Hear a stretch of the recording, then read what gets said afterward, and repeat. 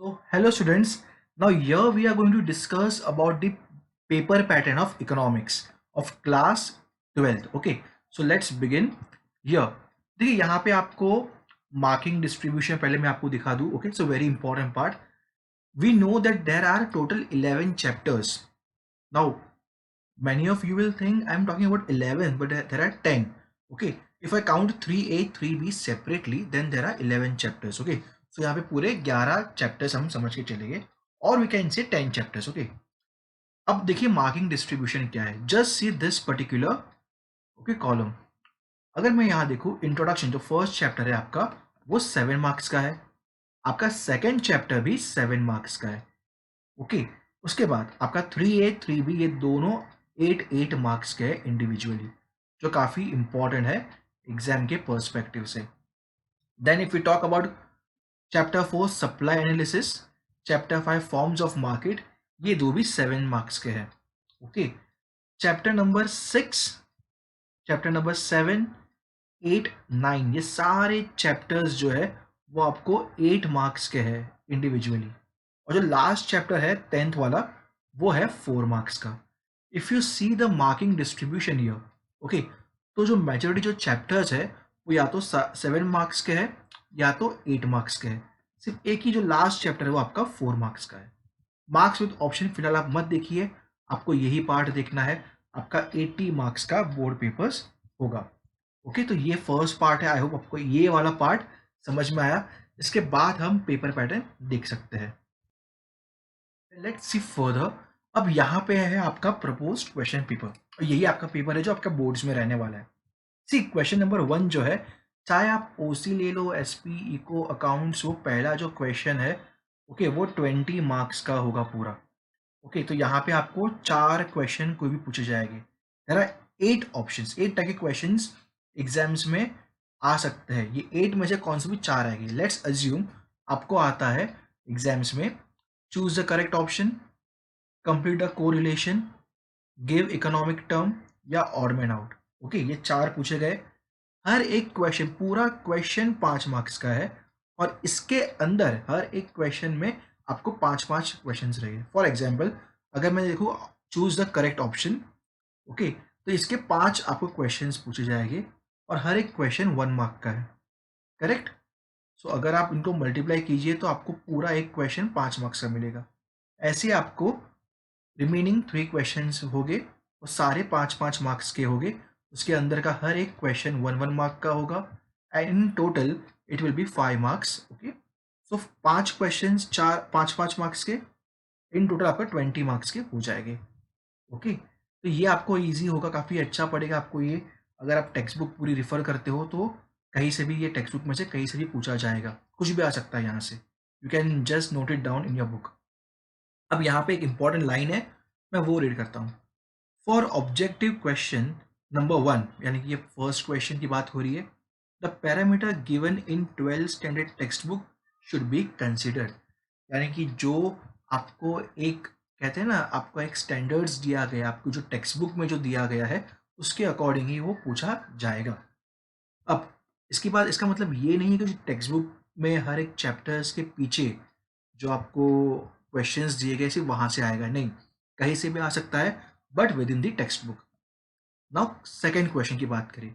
अब second question में 2 type के क्वेश्चन आएंगे, ए और बी.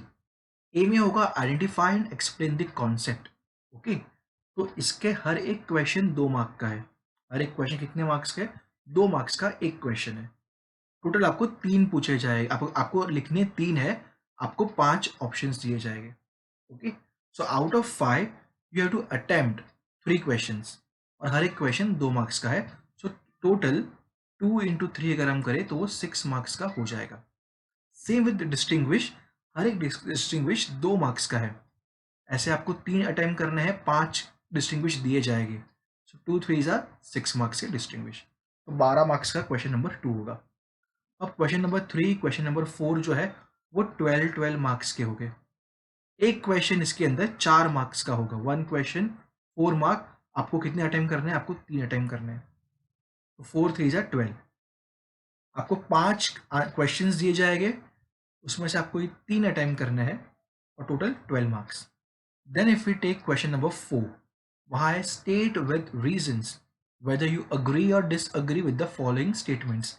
यहाँ भी एक क्वेश्चन 4 मार्क्स का है, आपको 5 पूछे जाएंगे, आपको अटेम्प्ट 3 करने हैं, तो 4 3 सा होता है यहाँ पे 12 मार्क्स।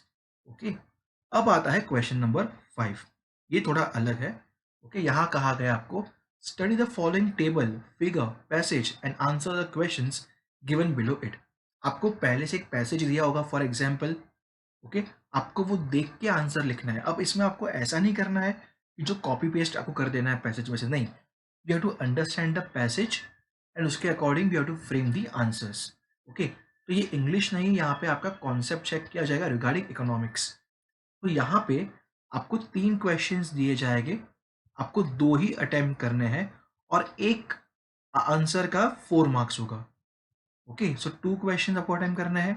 ओके, एक का 4 मार्क्स है, सो 4 2 सा 8 मार्क्स का पूरा एक क्वेश्चन होगा।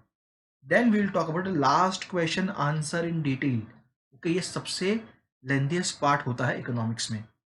यहाँ पे आपको 2 क्वेश्चंस अटेम्प्ट करना है, 3 पूछे जाएंगे, हर एक क्वेश्चन 8 मार्क्स का है, कम से कम 2-3 पेज का आंसर होगा बड़ा सा, और टोटल 16 मार्क्स का ये पूरा क्वेश्चन होगा। सो आई होप आपको ये वाला पार्ट समझ में आया हो। अब इसके बाद हम आगे का इंफॉर्मेशन देखते हैं। देखिए, यहाँ पे आपके इंटरनल्स की बात कर रहे हैं। 80 मार्क्स तो आप रिटर्न देते हो, बराबर, 80 मार्क्स का आप रिटर्न एग्जाम देने वाले हो। जो बाकी रिमेनिंग 20 है वो होगा इंटरनल असेसमेंट का, जो आपको आपके कॉलेज के थ्रू से किया जाएगा। तो कि यहाँ पे क्या हो, यहाँ पे कुछ इंपॉर्टेंट नोट्स दिया है बाय गवर्नमेंट। क्या कहा है? First, an application based test should be conducted, okay, for internal assessment for 20 marks. तो एप्लीकेशन बेस्ड होगा, यानी कि ऑब्जेक्टिव टाइप्स के क्वेश्चंस आएंगे, या आपको कुछ कॉन्सेप्ट के क्वेश्चंस पूछे जाएंगे इकोनॉमिक्स से जो रिलेट करेंगे। तो पहला पार्ट वो है। Second, application based test should be based on the entire syllabus. Okay, पूरा सिलेबस कवर किया जाएगा इसके अंदर, just like board exam, but 20 marks के लिए होगा वो। Third, time allotted for application based test is 1 hour, 1 hour का टाइम रहेगा उसके अंदर। Fourth, question paper for this test is to be framed in such a way that the students will be able to write the answer on the same sheet. Okay, एक ही paper रहेगा, उसके अंदर आपको answer लिखना है और college में submit कर देना है। Fifth, for 12th standard application based test should be conducted as per the board time table for oral practical examination.